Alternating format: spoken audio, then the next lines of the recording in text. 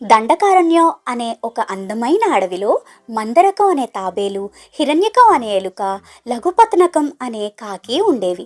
ఆ మూడు ప్రాణ స్నేహితులు రోజూ ఒక చెట్టు కింద కలుసుకుని ఆనందంగా గడిపేవి.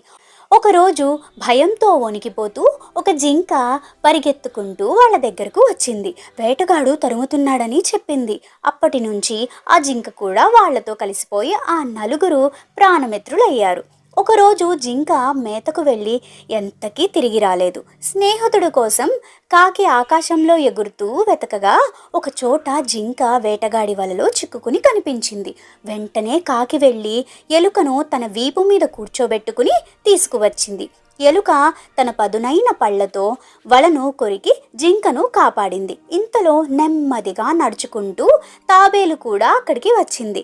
సరిగ్గా అప్పుడే వేటగాడు రావడంతో కాకి ఎగిరిపోయింది. ఎలుక కలుగలో దాగింది. జింక పరుగు తీసింది. కానీ పాపం తాబేలు మాత్రం వేటగాడికి చిక్కింది. అప్పుడు జింక తన ప్రాణాలకు తెగించి వేటగాడికి కనిపించేలా వెళ్ళి చనిపోయినట్లు నటించింది. వేటగాడు తాబేలును కింద పెట్టి ఆశగా జింక దగ్గరకు వెళ్ళాడు. వెంటనే ఎలుక వచ్చి తాబేలు కట్లను కొరికేసింది.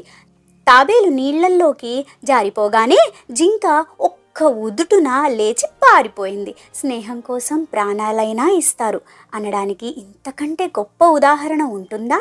నీతి: ఆపదలో ప్రాణాలకు తెగించి సాయం చేసేవారే నిజమైన స్నేహితులు.